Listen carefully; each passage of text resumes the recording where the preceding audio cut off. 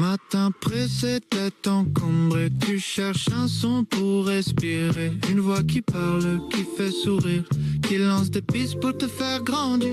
AR Radio, la radio qui vous aère les idées. On ouvre les fenêtres dans ton cerveau fatigué. Des mots qui posent des rimes pour te réveiller. AR Radio, la radio qui vous aère les idées. Bonjour et bienvenue dans une nouvelle émission de l'AR Radio, la radio qui vous aère l'esprit.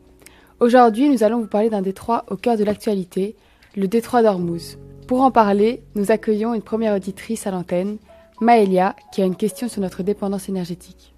On voit que le carburant est devenu hors de prix. Comment expliquer cette hausse de prix alors que l'importation en provenance de l'Iran ne représente que 20% chez nous ? Merci beaucoup pour votre question. Nous allons passer la parole à Yvan pour nous éclairer sur ce sujet. Donc, le Moyen-Orient produit une grande partie du pétrole dans le monde, avec des millions de barils chaque jour. Même si l'Europe essaye de prendre du pétrole dans d'autres régions, le Moyen-Orient reste très important. Sans utiliser son pétrole, les prix augmentent beaucoup partout dans le monde. En plus, cette région possède une grande partie des ressources de pétrole, donc elle est essentielle dans l'énergie. Merci beaucoup Yvan pour cet éclairage. Nous accueillons à présent un nouvel auditeur sur l'AR Radio, Diego, qui a une question sur le blocage du détroit d'Ormuz. Exactement, quelles sont les grandes conséquences de ce blocage et quels sont les risques liés à ces conséquences? Merci Diego.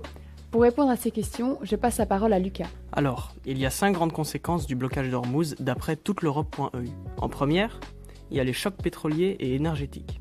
La fermeture de ce point de passage clé par l'Iran entraîne un arrêt quasi total du trafic des pétroliers.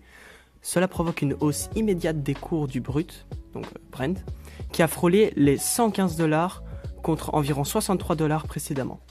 Ensuite, nous avons crise du gaz et pénurie. Le Qatar, l'un des plus grands exportateurs de gaz naturel liquéfié, voit sa production affecter l'Europe en quête d'alternatives, subit une forte hausse des prix de gaz. Ensuite, nous avons la désorganisation du commerce et fret. Les principaux armateurs suspendent le passage, provoquant l'immobilisation de milliers de marins et des passagers, et augmentent le coût de transport en raison de la nécessité de contourner le détroit. Après, nous avons l'impact sur l'agriculture. Plus d'un tiers du commerce mondial d'engrais azotés passe par ce point, mettant sous tension les importations du pays en Afrique, comme le Sénégal ou la Côte d'Ivoire, en augmentant les coûts de production alimentaire. Et pour terminer, nous avons les menaces sur la Chine. La Chine est particulièrement vulnérable car elle importe 57% de son pétrole brut du Moyen-Orient, faisant d'un blocage prolongé un risque majeur pour sa croissance économique. Merci beaucoup Lucas. On accueille à présent Tasnim sur notre antenne. Tasnim qui s'interroge non seulement sur ce qui se passe dans ce détroit, mais aussi sur les solutions. Bonjour tout le monde, je me demandais si vous pouviez nous en dire un peu plus sur les enjeux dans le détroit et les alternatives possibles. Merci beaucoup pour ces questions super pertinentes.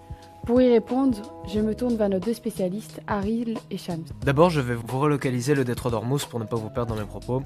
Le détroit d'Ormuz se trouve près d'Oman et de l'Iran, entre le golfe Persique et le golfe d'Oman. L'Iran menace souvent le monde politique et industriel depuis 2006 de fermer le détroit d'Ormuz. Il y a encore quelques navires qui passent au cas par cas, tels que les pétroliers ou les navires marchands. Les bateaux qui passent le plus facilement, donc sans contrôle, sont les navires de contrebandiers et les navires de mercenaires. Selon Le Monde.fr, la marine iranienne est la cible de frappes massives sur leurs navires qui sont bloqués à quai et sont donc incapables de se défendre. Il y a des mines flottantes qui sont posées tout au long du détroit d'Ormuz, ainsi que des drones et des missiles qui peuvent être envoyés à partir du détroit, mais aussi des flottilles de vedettes rapides qui peuvent intercepter certains bateaux.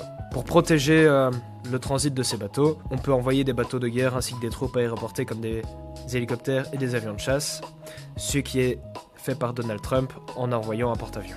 De ma partie, l'essence depuis plusieurs jours est le centre de sujet qui se déroule en Iran. Le prix du pétrole a une hausse de 48% dans nos régions. Les conséquences de la guerre dans notre pays se ressentent drastiquement, surtout dans les stations d'essence.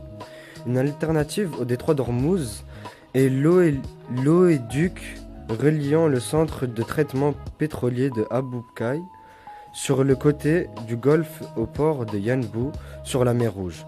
Cette alternative reste de provision car elle ne compense pas les efforts faits par le détroit d'Ormuz et donc reste quand même une perte de marchandises sur l'économie. Merci à tous les deux et merci à nos auditrices pour vos questions.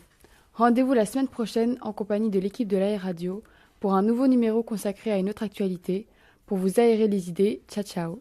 AR Radio, la radio qui vous aère les idées. Oh ouais. On ouvre les fenêtres dans ton cerveau fatigué.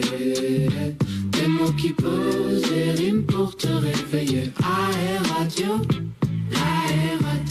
la radio qui vous aère les idées.